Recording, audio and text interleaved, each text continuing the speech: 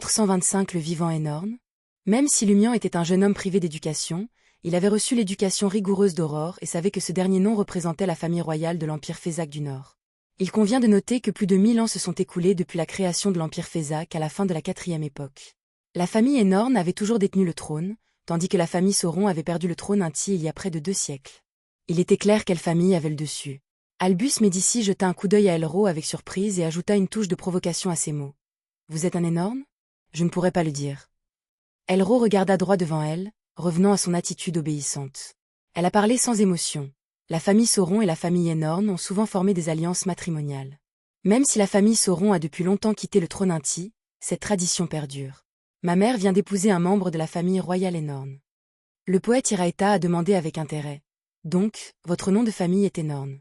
Pourquoi êtes-vous venu à Trêves? Vous viviez au château du Cygne Rouge lorsque j'ai rencontré pour la première fois le comte Pouffet. Il y a 6 ans, mon père a péri dans la guerre entre l'Empire Fézac et le royaume de Loen. Ma mère m'a ramené à Trêves, où nous sommes restés avec mon grand-père maternel, qui se trouvait également être le grand-père de Pouffet, a expliqué Elro avec un léger soupir. Il y a 2 ans, mon grand-père maternel est décédé. L'année dernière, ma mère a succombé à la maladie. La fréquence des décès semble-t-elle remarquablement élevée? À droite, Aurore avait mentionné que si les 4 pays puissants du continent Nord collaboraient parfois et s'affrontaient à d'autres moments, les mariages entre la famille royale et les nobles ne cessaient jamais. Par conséquent, les mariages entre cousins étaient devenus fréquents. Selon Franca, la voie Hunter a été principalement entre les mains des familles Sauron et Énorne. Un mariage Hunter-Hunter pourrait-il garantir que les générations futures seraient mieux adaptées à la voie Hunter? Lumian tenait la lampe au carbure et descendit le couloir vers la sortie de la salle de la statue de cire. Les statues de cire de chaque côté, baignées dans la lueur jaunâtre de la lampe au carbure, semblaient étrangement réalistes. À mesure qu'ils s'aventuraient plus loin dans le couloir, celui-ci devenait plus étroit et les statues de cire obstruaient presque leur chemin. Lumian ne put s'empêcher de les croiser. Leur corps était froid et leurs membres étaient raides. Il s'agissait bien de véritables statues de cire. Finalement, ils atteignirent tous les 4 le fond de la pièce et ouvrirent la porte en bois noir comme du fer. Juste au moment où Lumian était sur le point de partir, une impulsion subconsciente le fit regarder en arrière. Dans la pièce faiblement éclairée, les expressions douloureuses sur les visages des statues de cire semblaient obsédantes, comme si leurs yeux étaient fixés sur la sortie. Lumian s'est souvenu de sa rencontre précédente avec la statue de cire dans la rivière. Il leva instinctivement légèrement son poignet et tendit discrètement le majeur vers la statue de cire dans la pièce. « J'aimerais vraiment pouvoir mettre le feu à cet endroit », déplora Albus Médicis avec une touche de regret. Lumian fut momentanément surpris, mais il approuva secrètement. Bonne idée. Il soupçonnait que s'il pouvait incinérer ces statues de cire, la potion serait complètement digérée. Elro Énorne a fait remarquer calmement. Le château de Red Swan connaît en moyenne 3 incendies par mois. Le passage descendait en diagonale, les conduisant plus profondément sous terre.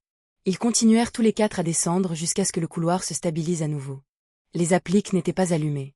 Qu'il s'agisse de gaz ou de bougies, ils dormaient dans l'obscurité. Avec la lueur jaunâtre de leurs 4 lampes au carbure, Lumian discerna une pièce en diagonale devant elle, sa porte en bois légèrement entr'ouverte. Une légère et persistante odeur de sang émanait de l'intérieur. Il s'est approché et a poussé la porte en bois. La lumière pénétra dans la pièce, et la scène à l'intérieur fut projetée sur les yeux de Lumian, Albus et du reste du groupe. C'était une petite chambre, mais le temps n'avait pas été tendre avec elle. Le lit s'était effondré, le bois était pourri et la table était en ruine. Une collection d'objets variés était dispersée au centre de la pièce. Les murs portaient des entailles vives et profondes, comme si quelqu'un les avait violemment griffés jusqu'à ce que leurs doigts saignent et pourrissent. Le sang, s'étant infiltré dans les crevasses, s'était oxydé avec le temps, devenant noir. Son aspect d'origine a été perdu, mais une légère odeur écœurante persistait. Puis, un sifflement parvint aux oreilles de Lumian. Albus Médicis a exprimé ses émotions à travers ce son. Il dépassa Lumian, entra dans la pièce et passa ses doigts le long des profondes rayures sur le mur. Je ne peux qu'imaginer les sons horribles qui ont été produits, a commenté Elro au visage potelé, quelque peu déconcentré sur le sujet. Lumian a supposé que quelqu'un du château du Cygne Rouge était autrefois tombé dans la folie et avait été enfermé dans cette pièce. Les marques sur le mur étaient l'héritage obsédant de leur tourment. Après une recherche rapide qui n'a donné aucun résultat, ils ont continué. Ils optèrent pour le chemin de droite au carrefour à 3 voies, les menant à une pièce dont la porte en bois était entr'ouverte. À l'intérieur, la pièce était en ruine, gâchée par la présence des taches de sang noirci. Les murs semblaient ornés de ce qui ne pouvait être décrit que comme de la chair en décomposition. Albus Médicis l'observa et laissa échapper un clic désapprobateur de sa langue. Un type a explosé ici. De l'intérieur. Du sang et de la chair ont éclaboussé partout. Lumian hocha la tête presque imperceptiblement. Le jugement était aligné sur le sien. Cela aurait-il pu être le résultat d'un pyromane ayant perdu le contrôle et atteint sa fin? Le poète Iraeta, tenant une lampe au carbure dans une main, a tiré une bouffée de sa pipe en cerisier, en se débattant légèrement, et a offert son propre point de vue. Je n'arrive pas à comprendre pourquoi une telle tragédie s'est produite, mais elle a une certaine qualité poétique. Une explosion est-elle une forme d'art? Lumian marmonna en entrant dans la pièce et en commençant sa recherche. Le sang putride et la chair en décomposition semblaient dégager une aura qui pouvait influencer l'état mental d'une personne. Après avoir avancé sur plus de 10 mètres, le groupe découvre une autre pièce adjacente au couloir, dont la porte en bois est partiellement ouverte. La pièce ne sentait pas le sang, mais Lumian avait l'impression que des lames tranchantes étaient pressées contre sa peau, lui faisant dresser les cheveux. Netteté. C'était le mot qui lui venait naturellement à l'esprit. Alors que la lumière de la lampe au carbure éclairait la pièce, Lumian, Elro et les autres remarquèrent que les meubles avaient été réduits en minuscules fragments. Les lits et les bureaux étaient disposés en carrés de la taille d'un doigt, partiellement effondrés. Une maîtrise de l'épée remarquable, remarqua Albus Médicis avec un petit rire. Lumian n'était pas trop préoccupé par cette question. Ce qui le troublait, c'était que cet endroit était différent des deux pièces précédentes, qui présentaient des signes de sang en décomposition et de chair pourrie. Où la personne qui occupait autrefois cette pièce avait-elle disparu? Lumian scruta attentivement la zone avant de décider de continuer. Peu de temps après, ils atteignirent un escalier en pierre qui descendait. La partie inférieure de l'escalier était enveloppée d'une obscurité apparemment infinie. De chaque côté des escaliers se trouvaient des pièces avec des portes en bois légèrement ouvertes. L'intérieur de ces pièces était d'un noir absolu, comme s'il pouvait avaler toute lumière et tout mouvement. Lumian a instinctivement choisi le côté gauche, a poussé la porte et a étendu la lampe au carbure dans la pièce. Baignés dans la lumière jaune directe, un lit intact, une table en bon état et une chaise étaient tous en parfait état. 2 épées brillantes et froides ornaient le mur devant eux.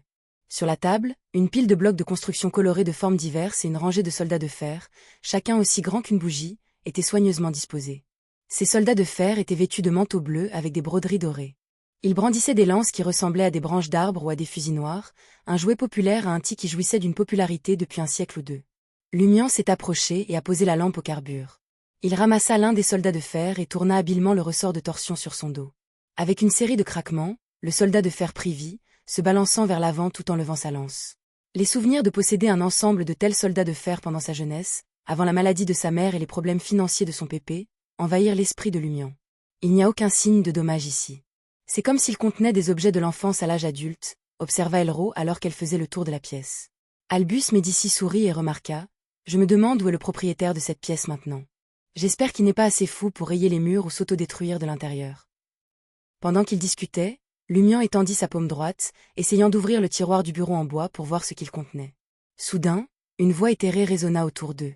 « Mon grand-père est devenu fou et s'est aventuré dans les profondeurs du palais souterrain, pour ne jamais revenir. » Lumian se tendit, son corps pivotant alors qu'il scrutait les environs à la recherche de la source de la voix. Albus, Elro et les autres emboîtèrent le pas, entendant clairement la voix troublante. « Mon père est devenu fou et s'est aventuré dans les profondeurs du palais souterrain, pour ne jamais revenir. Mon frère est devenu fou et s'est aventuré dans les profondeurs du palais souterrain, pour ne jamais revenir. J'entends les invocations des profondeurs du palais souterrain. » Lumian, Albus, Elro et Iraeta ont simultanément dirigé leur regard vers la porte en bois de l'autre côté du couloir. La voix spectrale émanait de là. D'un geste sec, Iraeta, positionné dans le couloir, poussa la porte en bois derrière lui. L'ignorance ne connaissait souvent pas la peur. La lumière jaunâtre a immédiatement illuminé 2 personnages et un tas de matériaux. L'une d'elles était une marionnette couleur chair montée sur une armature métallique, glabre avec des traits faciaux rudimentaires. Autour d'elle se trouvaient des moules, des cheveux, de l'argile et des pigments stockés dans des conteneurs. Un homme vêtu d'une robe gris-noir, ses cheveux roux naturels flottants, peignait assidûment la marionnette avec un pinceau fin.